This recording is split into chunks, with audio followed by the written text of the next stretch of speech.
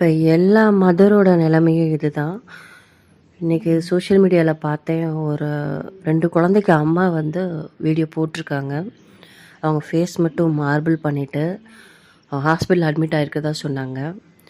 எதுக்கான reason சொன்னப்ப ரொம்ப அழுகையா வந்துச்சு. ஏன்னா, ஆஸ் அ மதரா நானும் ரிலேட் பண்ண முடிஞ்சது. அவங்களால சைக்கலாஜிக்கலா 2 குழந்தைங்கள மேனேஜ் பண்ண முடியாம ஸ்ட்ரெஸ் ஆயி, அவுட் ஆஃப் கண்ட்ரோல் ஆயி, பர்ஸ்ட் அவுட் ஆகி, வீட்ல இருக்க பொருள்லாம் உடைக்க ஆரம்பிச்சுட்டு, அதுக்கப்புறம் என்னை கொண்டு வந்து இப்போ ஹாஸ்பிட்டல் அட்மிட் பண்ணியிருக்காங்க. அதுக்கு முன்னாடிலாம் எனக்கு கஷ்டமாக இருக்குது, 2 குழந்தைய ஹேண்டில் பண்ண முடியல அப்படின்றப்பெல்லாம் யாரும் என் மேலே கன்சர்னே காமிக்கல. அது பெரிய விஷயமாவே எடுத்துக்கல. இப்போ நாங்கள் அட்மிட் ஆனதுக்கப்புறம் அவங்க கன்சர்ன் கொடுக்குறாங்க, சைக்காட்ரிக் பார்க்கலாமா அப்படின்னு சொல்லிட்டு.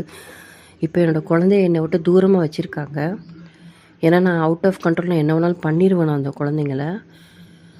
அப்படின்னு சொல்லிட்டு அவங்க இந்த வீடியோ போட்டிருக்கப்ப, உண்மையிலே இது ரொம்ப சாதாரண விஷயம் இல்லை. நானும் 2 குழந்தைக்கு அம்மா தான். எனக்கே ரொம்ப கன்ஃப்யூசிங்காக இருக்குது. என்ன மாதிரி பேரண்ட்டை நான் கையாளுறது? ஜென்டில் பேரண்ட்டா? இல்லை நாங்கள் வளர்ந்த ஒரு 80s 90s கிட்ட ஒரு வளர்த்த பேரண்ட்ஸ் மாதிரி வளர்க்குறதா?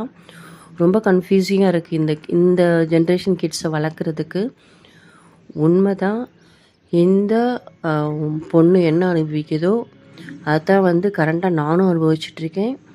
இது எத்தனை பேர் இதை அனுபவிச்சிட்ருக்கீங்கன்னு தெரியல. இது ரொம்ப சீரியஸாக எடுத்துக்க வேண்டிய விஷயமா இருக்குது. பேரண்டிங் எப்படி பண்ணுறேனே தெரியல. இது ரொம்ப சாதாரண விஷயம் இல்லை. தனிப்பட்ட முறையில் உள்ள ஒரு குடும்ப விஷயமே கிடையாது. இந்த எதிர்கால சந்ததியை உருவாக்குற முக்கியமான பொறுப்பு தாய்க்கும் பெற்றவங்களுக்கு தான் இருக்குது. ஸோ அதுவே இங்கே ஆட்டங்கன்ற மாதிரி இருக்குது.